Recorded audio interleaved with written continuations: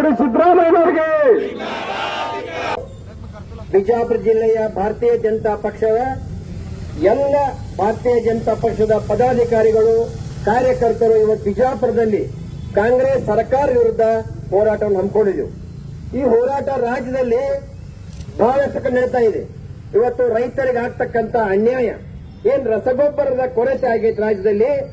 ಇವತ್ತು ಕೇಂದ್ರ ಸರ್ಕಾರ ಸಾಕಷ್ಟು ರಸಗೊಬ್ಬರ ಕಳಿಸಿದ್ರು ಕೂಡ ಇವತ್ತು ರಾಜ್ಯದಲ್ಲಿ ರಸಗೊಬ್ಬರದ ಆಕಾರ. ಇವತ್ತು ನಮ್ಮ ರಾಜ್ಯದ ರಾಜ್ಯಾಧ್ಯಕ್ಷ ಅಂತ ಬಿ.ವೈ. ವಿಜೇಂದ್ರ ಅವರು ಇವತ್ತು ಹೋರಾಟ ನಂಬಿಕೊಂಡ್ರು ರಾಜ್ಯದಲ್ಲಿ. ಅದೇ ರೀತಿ ನಮ್ಮ ರಾಜ್ಯದ ರೈತ ಮೋರ್ಚಾ ಜಿಲ್ಲಾ ರಾಜ್ಯಾಧ್ಯಕ್ಷ ಆದಂತ ಎಸ್.ಪಿ. ನಡೇಲಿ ಅವರ ಹೋರಾಟ ನಿಜವಾಗಿ ಕೂಡ ಇಬ್ಬರು ನಾಯಕರಿಗೆ ನಾವು ಧನ್ಯವಾಗ್ತೀವಿ.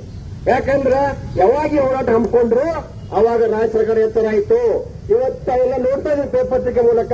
ಇವತ್ತು ಕೇಳಕ್ ಹೋಗ್ತಕ್ಕಂತ ಗೊಬ್ಬರದ ಒಂದು 2 ನಂಬರ್ ಗೊಬ್ಬರ ಕಳಿಸ್ತಕ್ಕಂತ ಏನು ವ್ಯವಹಾರ ಇತ್ತು ಇವತ್ತು ಕಂಡಿಡಿದ್ದಾರೆ, ಸಿಕ್ಕಿದ್ದಾರೆ. ಇವತ್ತು ಒಟ್ಟಾಗಿ ಇವತ್ತು ರಾಜ್ಯ ಸರ್ಕಾರ ರೈತರ ಕೆಲಸ ಮಾಡ್ತಾ ಇದೆ. ಇವತ್ತು ವಿಶೇಷವಾಗಿ ನಾನು ಹೇಳಕ್ಕೆ ಇಚ್ಛೆ ಪಡ್ತೀನಿ, ಇವತ್ತು ಮುಖ್ಯಮಂತ್ರಿ ಒಂದು ದಿಕ್ಕ ಹೋಗ್ತಾ ಇದ್ದಾರೆ, ಉಪಮುಖ್ಯಮಂತ್ರಿ ಒಂದು ದಿಕ್ಕ. ಇವರಿಬ್ಬರ ಮುಖ್ಯಮಂತ್ರಿಯ ಗುದ್ದಾಟದಿಂದ ಇವತ್ತು ರಾಜ್ಯನ ಬಡವಾಕೈತೆ, ರೈತರು ಬಡವಾಕೈತಾರ. ಇವತ್ತು ನಾವು ಒತ್ತಾಯ ಮಾಡ್ತಾ ಇದ್ದೀವಿ, ಯಾವ ಸಾರಿಗೆ ಸಚಿವರು ರಾಮಲಿಂಗಾರೆಡ್ಡಿ ಅವರು ಇವತ್ತು ಸಾರಿಗೆ ಜವಾಬ್ದಾರಿಯನ್ನು ಇವತ್ತು ಆ ಸಾರಿಗೆ ಇಲಾಖೆ ಕೆಲಸ ಮಾಡತಕ್ಕಂತ ನೌಕರಿಗೆ ನ್ಯಾಯ ಕೊಡಬೇಕು, ಇವತ್ತು ಆ ಪ್ರಯಾಣಿಕ ನ್ಯಾಯ ಕೊಡಬೇಕಂತಕ್ಕಂತ ಒಂದು ಜವಾಬ್ದಾರಿ ಕೊಟ್ಟು ಅಧಿಕಾರವನ್ನು ಸ್ವೀಕರಿಸಿ ಮಾಡಿದಂತ ಏನ್ ಲಿಂಗಾರೆಡ್ಡಿ ಅವ್ರನ್ನ ಒತ್ತಾಯ ಮಾಡ್ತೀನಿ, ನೀವು ರಾಜೀನಾಮೆ ಕೊಟ್ಟು ಮನೆಗೆ ಹೋಗ್ರಿ. ಇವತ್ತು ಯಾವ ಕಾರ್ಮಿಕ ಸಚಿವ ಸಂತೋಷ್ ಲಾಡ್ ಇವತ್ತು ದೇಶವೇ ಇವತ್ತು ಜಗತ್ತವೇ ನಮ್ಮ ನರೇಂದ್ರ ಮೋದಿಜಿಯವರ ಬಗ್ಗೆ ಅಪಾರವಾದಂತಹ ಪ್ರೀತಿ ಇಟ್ಟುಕೊಂಡು ಅವರ ದೇಶಭಕ್ತಿಯನ್ನ ಕೊಂಡಾಡ್ತಾ ಇದ್ದಾರೆ. ಆದ್ರೆ ಈ ಮನುಷ್ಯ ಒಂದು ಚೋಟಿಲ್ಲ. ಇವು ಮಾತನಾಡ್ತಕ್ಕಂಥ ಮಾತ ಮೂಲ ಎತ್ತರ. ಕಾರ್ಮಿಕ ಸಚಿವರಂತ ನಮ್ಮ ರೆಡ್ಡಿ ಅವರ ನಾಡವ್ರೆ, ನಾ ಕ್ವಶನ್ ಮಾಡ್ತಾ ಇದ್ದೀನಿ, ನೀವೊಬ್ಬರ ಕಾರ್ಮಿಕ ಸಚಿವರಾಗಿ ಇವತ್ತು ಏನ್ ಸಾರಿಗೆ ಇಲಾಖೆಯಲ್ಲಿ ಕೆಲಸ ಮಾಡತಕ್ಕಂತ ಕಾರ್ಮಿಕರ ನ್ಯಾಯ ಕೊಡಬೇಕ ಇಲ್ಲೋ? ನಿಮಗೆ ಕಾರ್ಮಿಕರ ಬಗ್ಗೆ ನ್ಯಾಯ ಕೊಡಕ್ ಆಗೋದಿಲ್ಲ ಅಂದ್ರೆ ನೀವು ಕಾರ್ಮಿಕ ಇಲಾಖೆಯಲ್ಲಿ ಯಾಕೆ ನೀವು ಸಚಿವನಾಗಿ ಕೆಲಸ ಮಾಡ್ತಾ ಇದ್ದೀರಿ? ಮೊದಲು ರಾಜೀನಾಮೆ ಕೊಡಿ ಅಂತಕ್ಕಂಥ ಒತ್ತಾಯವನ್ನು ಮಾಡಿ ಇವತ್ತು ನಾವು ರಾಷ್ಟ್ರಪತಿ ಕೂಡ ಮನವಿ ಮಾಡಕತ್ತೀವಿ. ಈ ಸರ್ಕಾರ ಎಲ್ಲಿವರೆಗೆ ಇರ್ತೈತಿ, ಈ ಕಾಂಗ್ರೆಸ್ ಎಲ್ಲಿವರೆಗೆ ಇರ್ತೈತಿ, ಅಲ್ಲಿವರೆಗೆ ಜನ ಬೀದಿಗೆ ಬರ್ತಾರ. ಇವತ್ತು ನೋಡ್ತಾ ಇದೀವಿ ನಾವು, ದಿನನಿತ್ಯ ಹೋರಾಟಗಳು, ದಿನನಿತ್ಯ ಸ್ಟ್ರೈಕ್, ಗುತ್ತಿಗೆದಾರ ಓಟ ಒಂದಲ್ಲ. ಇವತ್ತು ಅನ್ನಭಾಗ್ಯ ಮೂಲಕ ಏನು ಅಕ್ಕಿ ಬರ್ತೈತಿ, ಕೇಂದ್ರದ ಅಕ್ಕಿ ನಿಮ್ಮ ಅಕ್ಕಿಲ್ಲ, ಆ ಕೇಂದ್ರದ ಅಕ್ಕಿ ಬರ್ತಕ್ಕಂತ ಟ್ರಾನ್ಸ್ಪೋರ್ಟ್ ಬಿಲ್ ಕೊಡಕ್ಕಾಗೋದಲ್ಲ ನಿಮ್ಗ? ನೀವು ಏನ್ ಮಾಡ್ತಾ ಇದೀರಿ? ಈ ಬಿಜಾಪುರದಲ್ಲಿ ಮೊನ್ನೆ ಕಾರ್ಪೊರೇಷನ್ ಸ್ಟ್ರೈಕ್ ಕೂತ್ರ ಪುಣ್ಯಾತ್ಮ ಕಾಂಗ್ರೆಸ್ ಒಬ್ಬ ಶಾಸಕರು ಬರಲಿಲ್ಲ, ಅವ್ರು ಧ್ವನಿ ಕೂಡಿಸಿ ಸಪೋರ್ಟ್ ಮಾಡಲಿಲ್ಲ. ಇವತ್ತು ಎಲ್ಲಿ ನೋಡಿ ಹೋರಾಟ, ಎಲ್ಲಿ ನೋಡಿ ಸ್ಟ್ರೈಕ್ ನಡೀತಾ ಇದೆ. ಇದೇ ರೀತಿ ಮುಂದುವರೆದ್ರೆ ರಾಜ್ಯದ ಪರಿಸ್ಥಿತಿ ಒಳಗೆ ಹೋಗ್ತದೆ. ಮುಖ್ಯಮಂತ್ರಿ ಸಿದ್ದರಾಮಯ್ಯನವರೇ, ನಾನು ನಿಮ್ಗೆ ಕೇಳ್ತಾ ಇದ್ದೀನಿ, ಒಟ್ಟು ರಾಜ್ಯದ ಇತಿಹಾಸದಲ್ಲಿ ನೀವು 60% ಸಾಲ ಮಾಡಿರಿ, ಸುಮಾರು 7 ಲಕ್ಷ ರೂಪಾಯಿ ನೀವು ಇವತ್ತು ಸಾಲ ತೆಗೆದುಕೊಂಡಂತ ಮುಖ್ಯಮಂತ್ರಿ ಅವರೇ ಏನ್ ಮಾಡ್ತಾ ಇದ್ದೀರಿ? ಸಾಲ ಮಾಡ್ರಿ, ಬೇಡಂಗಿಲ್ಲ. ಸಾಲ ಮಾಡಿ ಏನ್ ಮಾಡಬೇಕು? ಡೆವಲಪ್ಮೆಂಟ್ ಆಗ್ಬೇಕು. ಒಂದು ಉದಾಹರಣೆಯಾಗಿ ಒಂದು ಮನೆ ತಗೊಂಡ್ರೆ ಆ ಮನೆ ಹಿರಿಯ ಜವಾಬ್ದಾರಿ ಇತ್ತಂದ್ರೆ ಆ ಮನೆ ಹಿರಿಯ ಸಾಲ ಮಾಡ್ಲಿ ಬೇಡಂಗಿಲ್ಲ. ನಾವು ಆ ತಮ್ಮ ಒಪ್ಕೋತಾರೆ, ಯಾಕೆ ಒಪ್ಕೋತಾರೋ? ಅಣ್ಣ ಸಾಲ ಮಾಡಿ ಹೊಲ ತಗೊಂಡ್ರ, ಅಣ್ಣ ಸಾಲ ಮಾಡಿ ಫ್ಯಾಕ್ಟ್ರಿ ಕಟ್ಟಿದ್ರ ಅಂದ್ರೆ ಮುಂದಿನ ದಿನಮಾನದಲ್ಲಿ ಮರಿ ಮಕ್ಕಳವರೆಗೂ ಕೂಡ ಆ ಮನೆತನದ ಭವಿಷ್ಯಕ್ಕಾಗಿ ಸಾಲ ಮಾಡಿ ಒಪ್ಕೋತಿದ್ರು. ಇವತ್ತು ಕೇಂದ್ರ ಕ್ವಶನ್ ಮಾಡ್ತಾ ಇದ್ದೀರಿ, ನರೇಂದ್ರ ಮೋದಿ ಅವರ ಸಾಲ ಮುಂದಿನ ಭವಿಷ್ಯಕ್ಕಾಗಿ ಸಾಲ ಆಗ್ತಾ ಇದೆ. ರಾಜ್ಯದ ಸಾಲ ಮುಂದಿನ ರಾಜ್ಯವನ್ನ ಸಾಲ ಕೊಟ್ಟಕ್ಕೆ ಸಿಲುಕಿ ಬದುಕಲಿಕ್ಕೆ ಆಗಲಂತ ವಾತಾವರಣ ಹುಟ್ಟಾಗ್ತಕ್ಕಂತ ಒಂದು ಸಾಲ ಮಾಡ್ತಾ ಇದ್ದೀರಿ. ಅದಕ್ಕೆ ನಾ ಎಚ್ಚರ ಕೊಡ್ತಾ ಇದ್ದೀನಿ.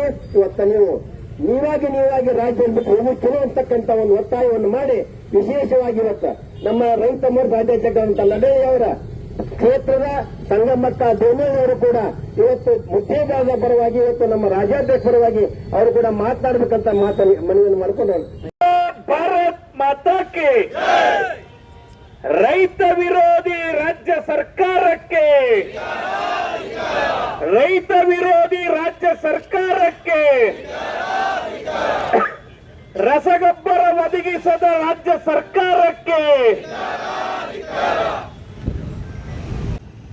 ಬಂಧುಗಳೇ, ಕರ್ನಾಟಕ ರಾಜ್ಯದಲ್ಲಿ ಕಾಂಗ್ರೆಸ್ ಸರ್ಕಾರ ಬಂದು 2 ವರ್ಷ ಗತಿಸಿದೆ. ಕಾಂಗ್ರೆಸ್ ಅಧಿಕಾರಕ್ಕೆ ಬಂದ ನಂತರ ತನ್ನ ರೈತ ವಿರೋಧಿ ಧೋರಣೆಗಳಿಂದ ರೈತರನ್ನ ಸಂಕಷ್ಟಕ್ಕೀಡು ಮಾಡುವಂತ ಕೆಲಸ ಮಾಡ್ತಾ ಇದೆ. ಈ ದೇಶದ ಹೆಮ್ಮೆಯ ಪ್ರಧಾನಮಂತ್ರಿ ನರೇಂದ್ರ ಮೋದಿ ಅವರು ರೈತರ ಆದಾಯವನ್ನ ನಾವು ದ್ವಿಗುಣಗೊಳಿಸ್ತೇವೆ ಅನ್ನೋ ಕಾರಣಕ್ಕಾಗಿ ಸಾಕಷ್ಟು ರೈತ ಪರವಾಗಿರುವಂತ ಕೃಷಿಕರ ಪರವಾಗಿರುವಂತ ಯೋಜನೆಗಳು ಕೊಡುವಂತ ಸಂದರ್ಭದಲ್ಲಿ ಸಂವಿಧಾನಬದ್ಧವಾಗಿ ರಾಜ್ಯದ ಪಟ್ಟಿಯಲ್ಲಿರುತ್ತ ಕೃಷಿ ಕಾಂಕ್ರೆಂಟ್ ಪಟ್ಟಿಯಲ್ಲಿರುತ್ತ ಕೃಷಿ ರಾಜ್ಯ ಸರ್ಕಾರದ ಗುರುತರವಾಗಿರುವಂತ ಜವಾಬ್ದಾರಿ ಇದೆ. ದುರ್ದೈವೇನು ಅಂತ ಹೇಳಿದ್ರೆ ರಾಜ್ಯದಲ್ಲಿ ಇವರಿಗೆ ಬೇಕಾಗಿರುವಂತಹ ಗುಪ್ತಚರ ಇಲಾಖೆ ಇದೆಯಲ್ಲೋ ಗೊತ್ತಿಲ್ಲ, ಅವರ ಆಂತರಿಕವಾಗಿರುವಂತಹ ರಾಜಕಾರಣಕ್ಕಾಗಿ ಡಿ ಕೆ ಶಿವಕುಮಾರ್ ಮೇಲೆ ಅವರ ಪಕ್ಷದ ಶಾಸಕರು ಯಾರು ಯಾವಾಗ ವಿರೋಧದ ಹೇಳಿಕೆ ಕೊಡ್ತಾರ ಅನ್ನೋದಕ್ಕೆ ಬಳಸ್ಕೊಳ್ತಿದ್ದಾರೆ ಅಂತ ಭಾವಿಸ್ತೇನೆ. ರಾಜ್ಯದಲ್ಲಿ ಒಳ್ಳೆ ಮುಂಗಾರಾಗಿದೆ, ಮಳೆ ಚೆನ್ನಾಗಿ ಬರ್ತಿದೆ ಅಂತ ಗೊತ್ತಿದ್ರು ಕೂಡ ಒಂದು ಲೆಕ್ಕಾಚಾರ ಮುಂದಾಲೋಚನೆಯನ್ನು ಮಾಡಿ ಇದಕ್ಕೆ ಬೇಕಾಗಿರುವಷ್ಟು ರಸಗೊಬ್ಬರಗಳನ್ನ ಬೀಜವನ್ನ ಕೊಡದೇ ಇರುವಷ್ಟು ಅಶಕ್ತ ಸರ್ಕಾರ ಕರ್ನಾಟಕದಲ್ಲಿದೆ ಅಂತ ಹೇಳಿಕೆ ನಾಚಿಕೆ ಬರ್ತದೆ. ಅವ್ರಿಗೆ ಗೊತ್ತಿದೆ ಈ ರಾಜ್ಯದಲ್ಲಿ ಇವತ್ತು ಚೆನ್ನಾಗಿ ಮಳೆ ಆಗಿದೆ, ಸಾಕಷ್ಟು ದೊಡ್ಡ ಪ್ರಮಾಣದಲ್ಲಿ ರೈತರು ತೊಗರಿಯಿಂದ ಮೆಕ್ಕೆಜೋಳಕ್ಕೆ ಹೋಗ್ತಿದ್ದಾರೆ. ಆ ಮೆಕ್ಕೆಜೋಳಕ್ಕೆ ಹೋಗಿರುವಂತಹ ಸಂದರ್ಭದಲ್ಲಿ ಬಹಳ ದೊಡ್ಡ ಪ್ರಮಾಣದ ಯೂರಿಯಾದ ಅಗತ್ಯತೆ ಆಗ್ತಿತ್ತು ಅನ್ನುವಂಥದ್ದು ರಾಜ್ಯದಲ್ಲಿ ಆಡಳಿತ ನಡೆಸೋರು ಗೊತ್ತಿತ್ತೋ ಇಲ್ಲೋ ಅನ್ನೋಂಥದ್ದು ಮೊದಲು ಬಹಿರಂಗಪಡಿಸಲಿ. ಸನ್ಮಾನ್ಯ ಸಿದ್ದರಾಮಯ್ಯನವ್ರಿಗೆ ಒಂದು ರೋಗ ಶುರುವಾಗಿದೆ, ಚಟ.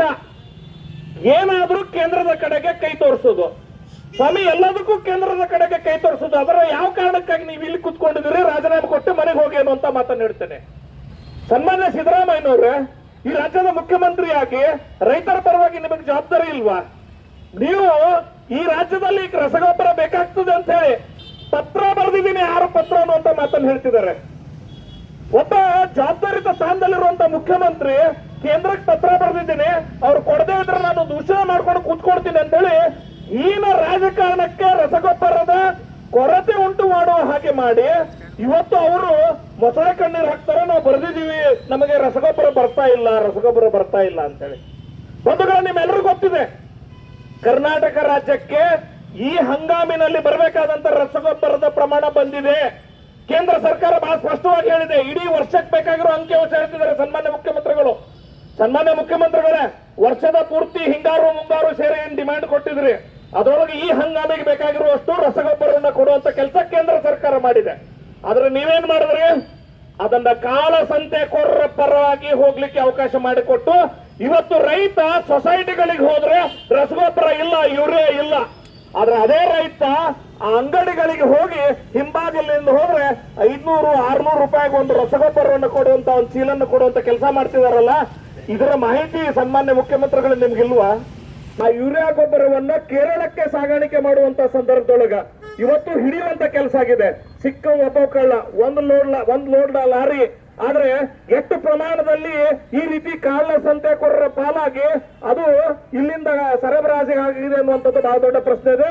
ಕರ್ನಾಟಕದ ರೈತರನ್ನ ಕೊಂದು ನೀವು ಕರ್ನಾಟಕ ರೈತರಿಗೆ ಅನ್ಯಾಯ ಮಾಡಿ ಅಲ್ಲಿ ನಿಮ್ಮ ಅಧಿನಾಯಕಿ ಸೋನಿಯಾ ಗಾಂಧಿ ಅವರ ಮಕ್ಕಳು ರಾಹುಲ್ ಗಾಂಧಿ, ಪ್ರಿಯಾಂಕಾ ಗಾಂಧಿ ಅವರಿಗೆ ಅಲ್ಲೊಂದು ರಾಜಕೀಯ ಬದುಕು ಕೊಟ್ಟರು ಅನ್ನೋ ಕಾರಣಕ್ಕಾಗಿ ಕೇರಳದ ಋಣವನ್ನ ತೀರಿಸುವ ಸಲುವಾಗಿ ಈ ಕೆಲಸ ಮಾಡ್ತಿದ್ದಾರೆ ಅನ್ನುವಂಥದ್ದನ್ನ ಈ ರಾಜ್ಯದ ಜನತೆ ನಿಮ್ಮನ್ನು ಕೇಳ್ತಿದ್ದಾರೆ ಅನ್ನುವಂಥದ್ದು ರಾಜ್ಯದ ಜನತೆಗೆ ಉತ್ತರ ಕೊಡಬೇಕಾಗತ್ತೆ ಸಿದ್ದರಾಮಯ್ಯನವರು ಅನ್ನುವಂತ ಮಾತನ್ನು ಈ ಸಂದರ್ಭದಲ್ಲಿ ಹೇಳ್ತಾರೆ. ಇವತ್ತು ರೈತ ಏನೋ ಈ ಬಾರಿ ಮಳೆ ಚೆನ್ನಾಗಿದೆ ಅಂತ ಹೇಳಿದ್ರೆ ಇವರು 2 ವರ್ಷದಿಂದ ಕಳಪೆ ಬೀಜ ಸಪ್ಲೈ ಮಾಡಿದ್ರು. ಈಗ ಈ ಬಾರಿ ಗೊಬ್ಬರದ ಕೊರತೆಗಾಗಿ ಅಂದ್ರೆ ದೇವರು ವರ ಕೊಟ್ಟರು ಪೂಜಾರಿ ವರ ಕೊಡ್ಲಿಲ್ಲ ಅನ್ನೋ ರೀತಿಯಲ್ಲಿ ಆ ಭಗವಂತ ಕರ್ನಾಟಕ ರಾಜ್ಯಕ್ಕೆ ಒಳ್ಳೆಯ ಮಳೆಯನ್ನ ಕೊಟ್ಟರು ಕೂಡ ಇವರು ಗೊಬ್ಬರ ಕೊಡದನ್ನ ಅನ್ಯಾಯ ಮಾಡ್ತಿದ್ದಾರೆ ಅನ್ನೋಂತ ಮಾತನ್ನು ಈ ಸಂದರ್ಭದಲ್ಲಿ ಹೇಳ್ತಾ, ಎಲ್ಲಿವರೆಗೆ ಹೋರಾಟ ಅಂದ್ರೆ ರೈತರಿಗೆ ನ್ಯಾಯ ಸಿಗುವವರೆಗೂ ಹೋರಾಟ ಮಾಡುತ್ತೆ ಭಾರತೀಯ ಜನತಾ ಪಾರ್ಟಿ ಅನ್ನುವಂತಹ ಮಾತನ್ನು ಹೇಳಿ 2 ಮಾತು ಮುಗಿಸ್ತಾನೆ. ಧನ್ಯವಾದಗಳು.